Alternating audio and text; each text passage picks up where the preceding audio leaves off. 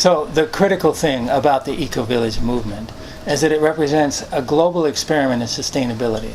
So these are the people who, on these little projects and communities all over the world, are actually doing what everyone else advocates but doesn't do. In universities, in government agencies, in United Nations, it's all doing reports about sustainability and all the things we ought to do and how we ought to live in order to basically, ameliorate climate change and create a sustainable society. But who's actually out on the frontier? And the eco-village movement is a network of communities that have been doing this for 30 years.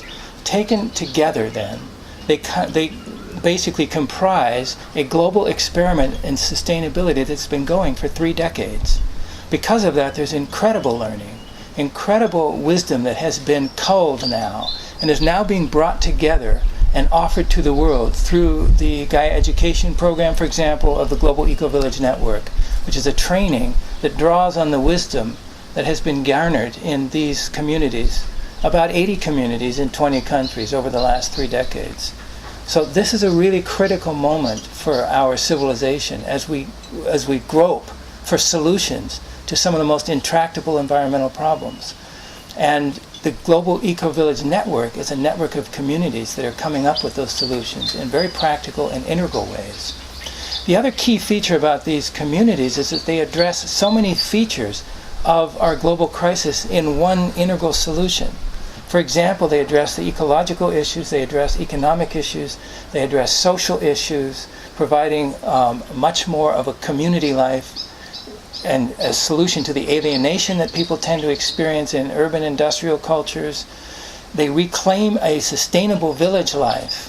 They address gender issues between women and men. All of these different issues are integrated. So, traditionally, the major institutions of our society, like the United Nations, for example, they have the Department of the Environment, UNEP. And then they have the Social Summit they had in Copenhagen. Then they had the Women's Conference in Beijing. And they had the Environmental Summit in Rio de Janeiro. And in a certain sense, what eco-villages do is they integrate all of these different agendas into practical, integral solutions on the ground. Now, they're not a utopia. There's lots of failings. There's a lot of learning.